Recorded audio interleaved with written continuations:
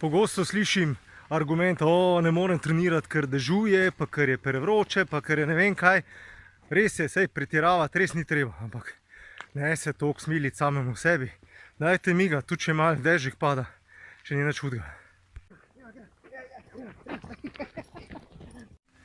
Pa še to, starši, če se vam kdaj zmoči otrok na kakem dežu, ne dela drame, saj sam dež. Otrok se bo posušil, pa bo v redu. Pa boste rekli, se bo prehladil. Ja, prehladil se bo zaradi tega, ker tega nikoli ni bil navajen. Vsake toliko cajta, če gre na dež, pa če se je zmočil, se ne bo glih stopil, a ne?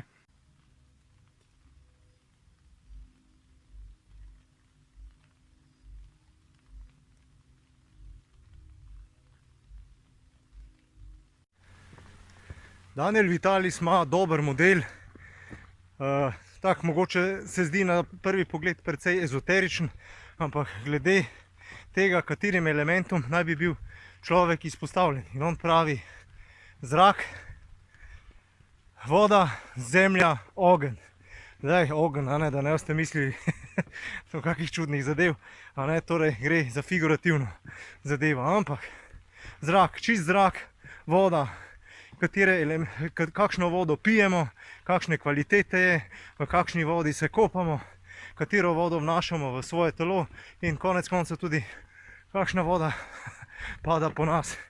Potem ogenj, da nismo izpostavljeni sam svetlobi ekrančkov, ekranov, televizije, ampak tudi dnevni svetlobi, soncu in seveda zemlja, da imamo stik z zemljo.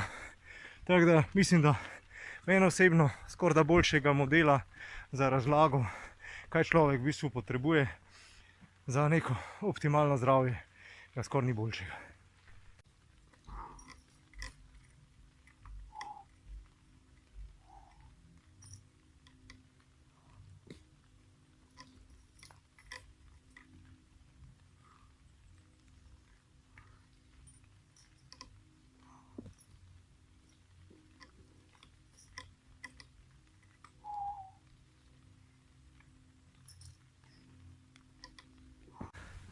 Priznati moram, da me je Vital Jurca naspiddiral, da se malo bolj poglobim v Muscle Up, ker mi je zadnjič pokazal posnetek. Mater, mu že gre dobro. In zdaj moram tudi jaz malo nadoknaditi. To je tak zdrav odnos, ki ni tekmovalen, ampak se inspirirava drug drugega.